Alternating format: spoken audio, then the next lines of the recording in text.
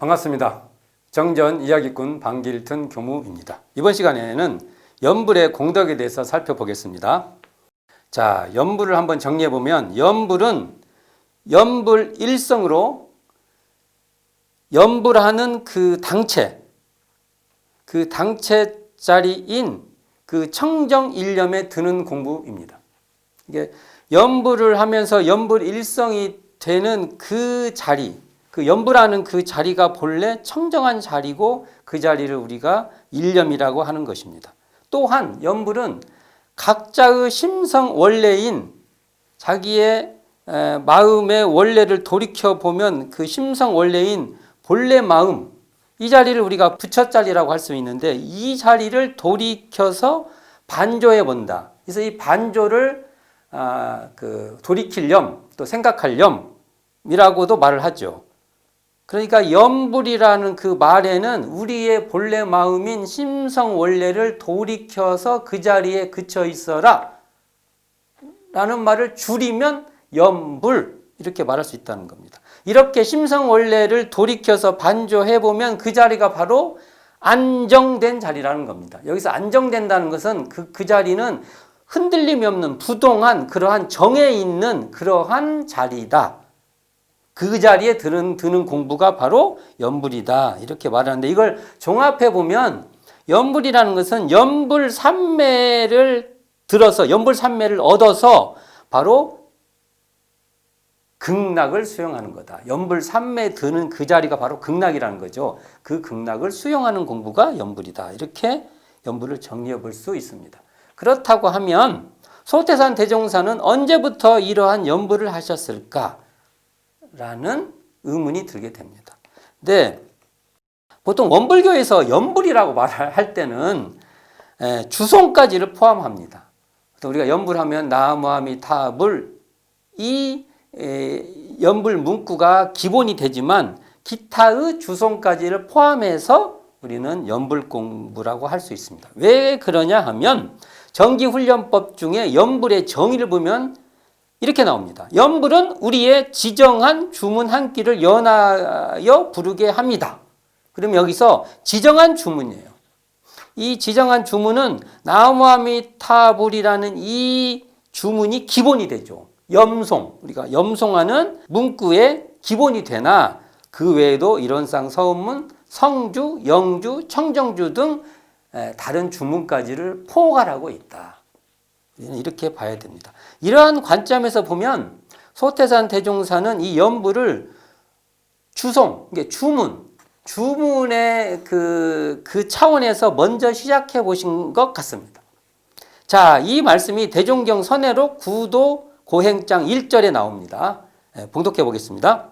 소태산 대종사 21세 무렵의 귀영바위 주거 시절에 자신도 모르게 솟아오르는 주문을 주송하시는데 하나는 우주신 적기적기라는 주문인 바 그 후 어쩐 줄 모르게 시방신 접기접기라고 고쳐 불렀으며 처음에는 적기적기 그러죠. 맞을 적자에서 적기적기. 근데 두 번째는 접기접기 이렇게 접했다.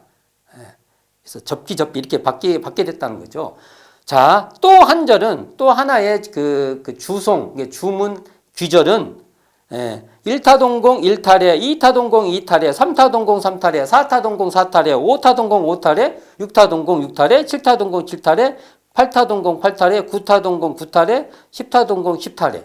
그리고 다시 거꾸로 다시 또 9타공 9, 8, 7, 6, 5, 4, 3, 2, 1 이런 식으로 왔다 갔다 이렇게 하는 거죠. 굉장히 집중력이 좋아야 됩니다. 자, 이 두 가지 주문은 대종사님께서 구도 당시 귀영바위 시절 그 이후에 쭉 그 구도 당시에 이렇게 떠올렸던 그러한 주문으로서 시시때때로 주송을 하셨다고 합니다. 자, 청년 소태사는 이 주문을 통해서 일심통일이 되었던 것입니다. 이 주송 접공 과정에서 시방신 접기적기, 자 여기 처음에 우주신 적기적기였죠. 근데 그 다음에 시방신 접기적기.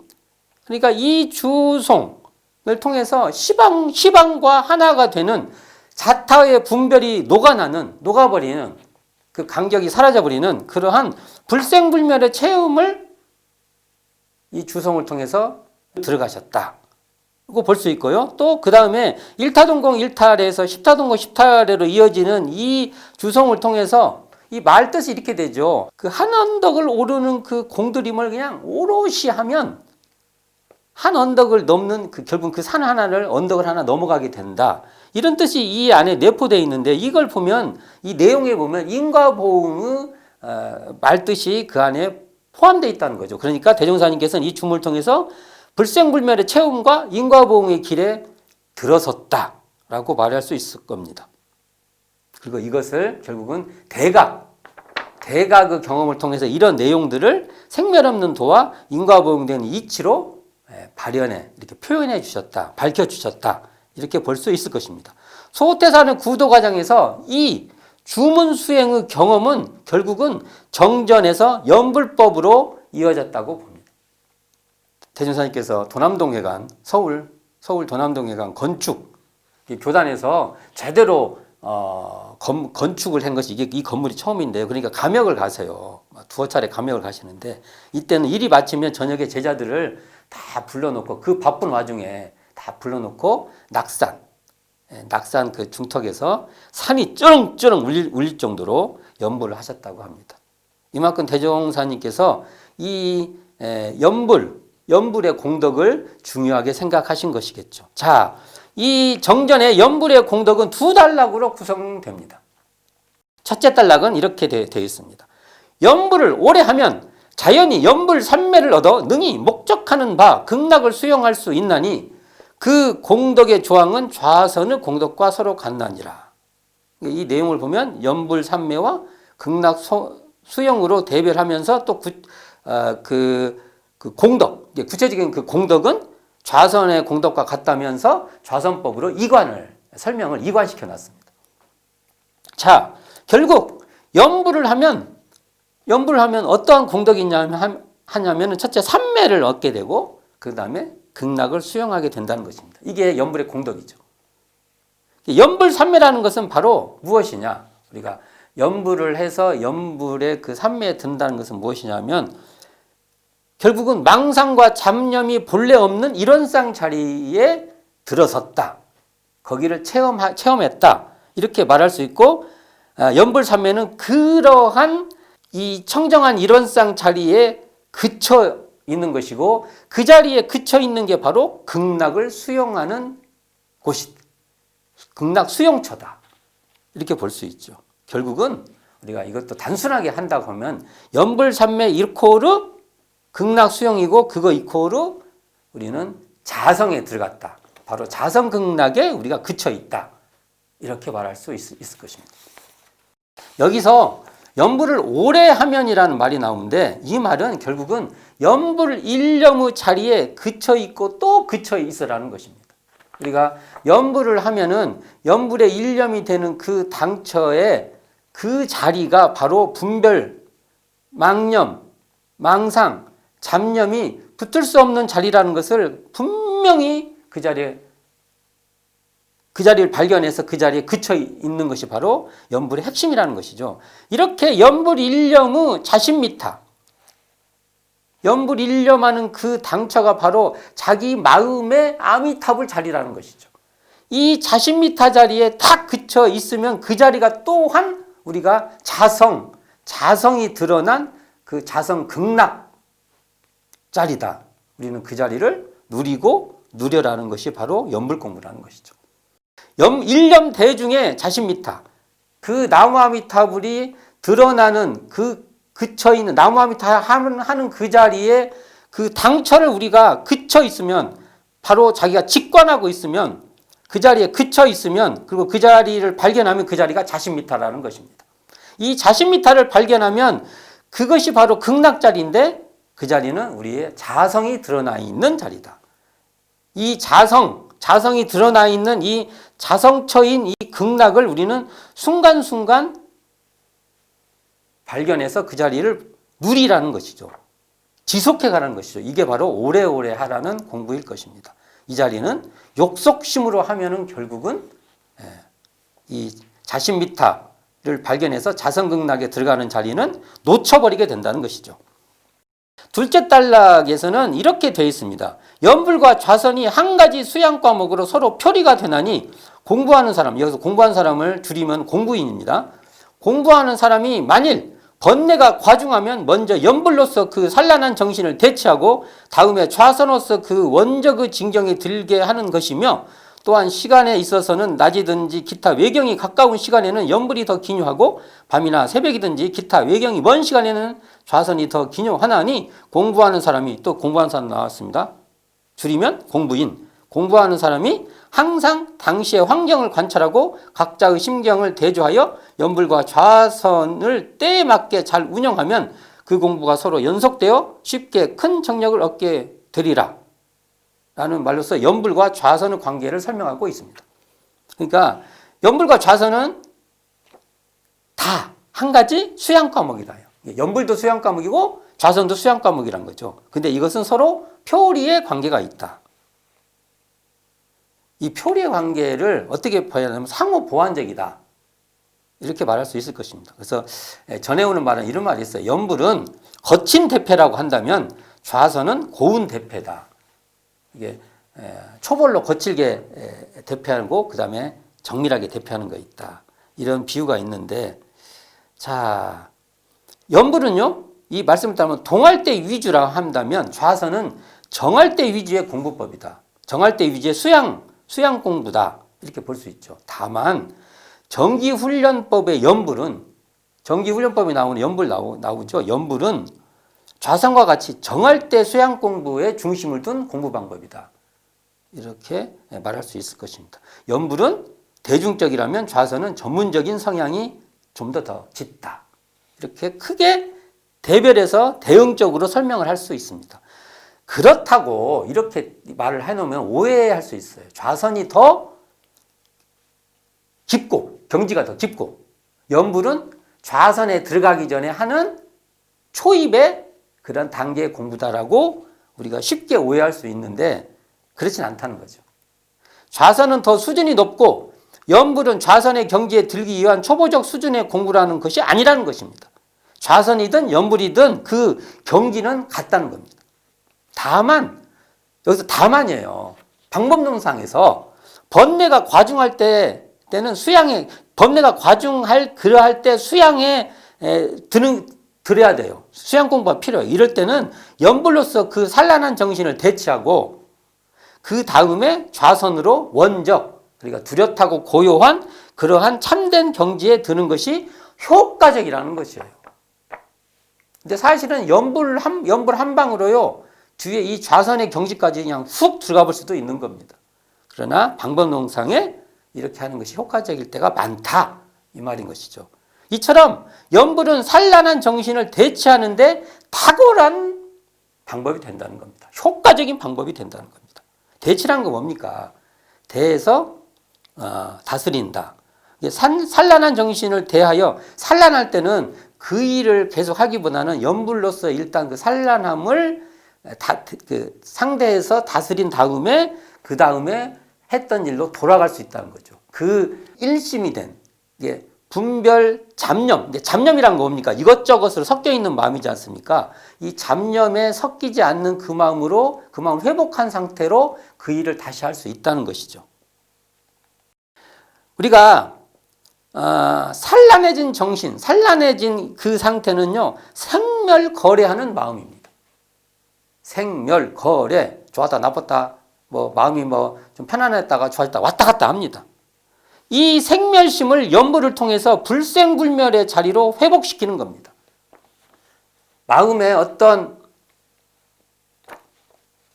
것이 드러나도 그 드러나는 그 바탕과 그 당체에는요, 불생불멸하다는 겁니다. 그 자리를 놓치지 않고 그 불생불멸한 그 자리로서 생멸하는 마음이 어떤 마음이 훅 생기기도 하고 훅 사라지기도 하고 그것을 여여하게 우리는 바라볼 수 있다는 것이죠.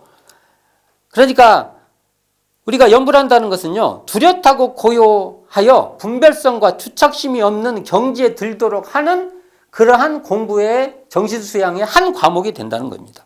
또는 낮이든지 외경이 가까운 시간에는 연불이 더 기묘한 방법이 된다는 겁니다. 좌선은 밤이나 새벽, 외경이 먼 시간에 적합한 반면 연불은 동할 때 적합하다. 효과적이다. 라는 것입니다. 그렇다고 또 다시 말씀하는데 연불은 동할 때만 하는 수양 방법에 한정해서도 안 됩니다. 동할 때뿐만 아니라 정할 때도 우리가 정할 때도 하는 공부인데 연불은 동할 때 이게 특히 이게 대치 공부를 할 때 산란한 그 경계를 대치할 때 탁월한 방법이 된다는 겁니다. 연불은 동할 때든 정할 때든 그 동정의 포괄적인 수양 방법이라면 좌선은 정할 때 적합한 전문적인 수양 방법이라고 말할 수 있습니다. 그렇다고 연불이 깊이가 얕다고 보면 안 된다는 겁니다. 이게 이런 말을 하면 계속 연불은 얕은 단계라는 생각이 있기 때문에 연불도 궁극적인 공부라는 것이죠. 연불이 되었든 좌선이 되었든 수양의 경기는 매 한 가지로 다 수양 과목의 하나다. 연불과 좌선은 어느 방법이 더 탁월하든지 더 경지가 깊다든지 하는 위상차가 있는 방법이 아니라는 것입니다.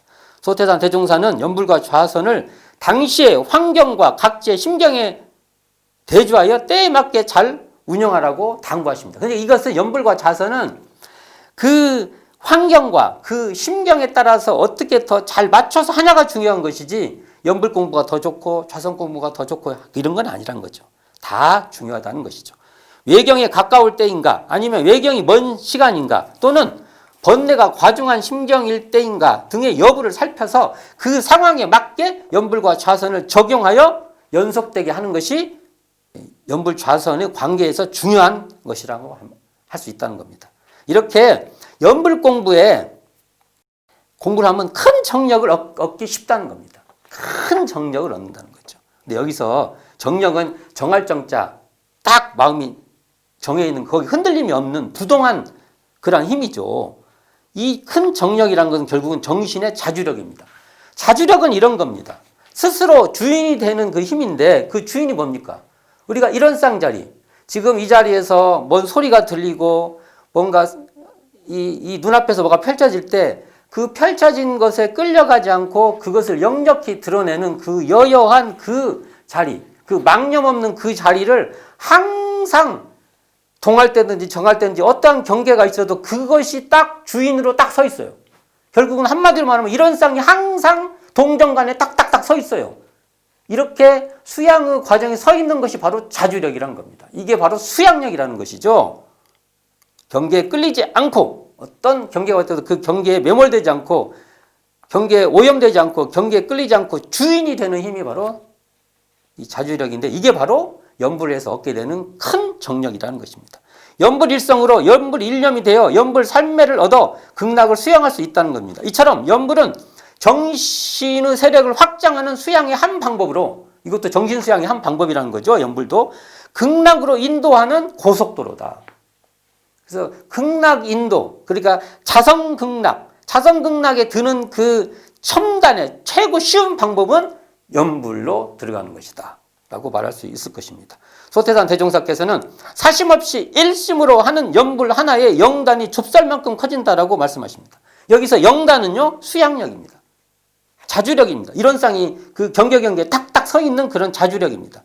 이걸 정력이라고 하는데 그러니까 우리들이 건성을 하지 말고 일심으로 나무아미탑을 연불에 적공하면 그 순간 이것을 이제 좁쌀이라고 표현하신 것 같습니다. 좁쌀이라는 게 그 순간 우리가 정신에 우리의 자주력이 딱딱 쓰는 거죠.